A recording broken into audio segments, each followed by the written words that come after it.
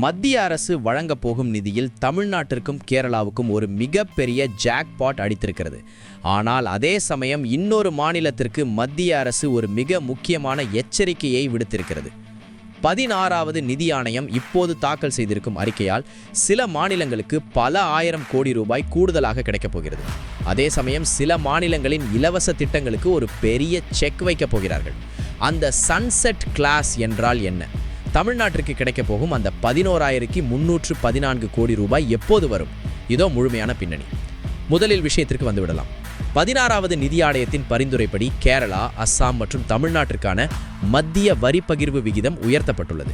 இதன் மூலம் வரும் 2026-27 நிதியாண்டில் இந்த மாநிலங்களுக்கு மட்டும் கூடுதலாக சுமார் 9,234 கோடி ரூபாய் நிதி கிடைக்கும் என்று கணிக்கப்பட்டுள்ளது. இதில் மிக முக்கியமாக நம் தமிழ்நாட்டிற்கு மட்டும் 11,314 கோடி ரூபாய் ஒதுக்கப்பட்டுள்ளது. இது ஒரு சாதாரண உயர்வு கிடையாது. மாநில அரசின் நிதி பற்றாக்குறையை சமாளிக்க இது ஒரு மிக பெரிய பலமாக அமையும். ஏன் இந்த மாற்றம் நடந்தது?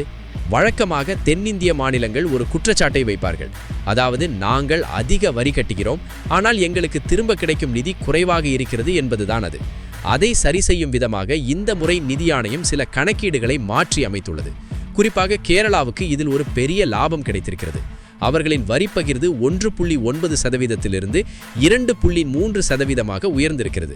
இதன் மூலம் கேரளாவுக்கு கூடுதலாக 2,580 கோடி ரூபாய் நிதி கிடைக்கும். அதேபோல் அஸ்ஸாம் மாநிலத்திற்கு 5,225 கோடி ரூபாய் ஒதுக்கப்பட்டுள்ளது. ஆனால் எல்லா மாநிலங்களுக்கும் இது மகிழ்ச்சியான செய்தியா என்றால் அங்கேதான் ஒரு பெரிய திருப்பம் இருக்கிறது.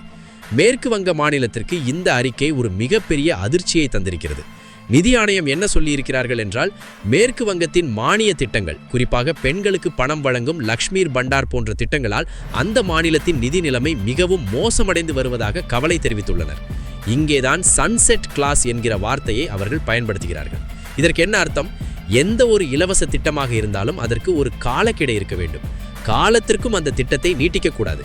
ஒரு குறிப்பிட்ட காலத்திற்கு பிறகு அந்த திட்டம் உண்மையில் தேவையான மக்களுக்கு போய் சேர்கிறதா அல்லது அந்த திட்டம் இப்போதும் தேவையா என்று மறு ஆய்வு செய்து அதை நிறுத்த வேண்டும். இது மேற்கு வங்கத்திற்கு மட்டுமல்ல, மற்ற எல்லா மாநிலங்களுக்கும் விடுக்கப்பட்ட ஒரு எச்சரிக்கை மணிதான். இந்த நிதி பகிர்வு மாற்றங்கள் சாதாரணமானவை அல்ல. ஏனென்றால் தமிழ்நாடு, கேரளா போன்ற மாநிலங்களில் விரைவில் தேர்தல் வரப்போகிறது.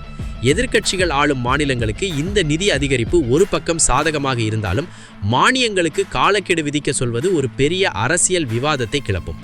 மத்திய அரசு சொல்லும் இந்த சன்செட் கிளாஸ் முறையை நீங்கள் ஆதரிக்கிறீர்களா அல்லது மக்கள் நலத்திட்டங்களுக்கு காலக்கெடு விதிக்க கூடாது என்று நினைக்கிறீர்களா?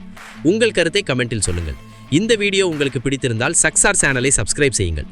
இன்னும் ஒரு சுவாரஸ்யமான தகவலுடன் அடுத்த வீடியோவில் சந்திப்போம். நன்றி.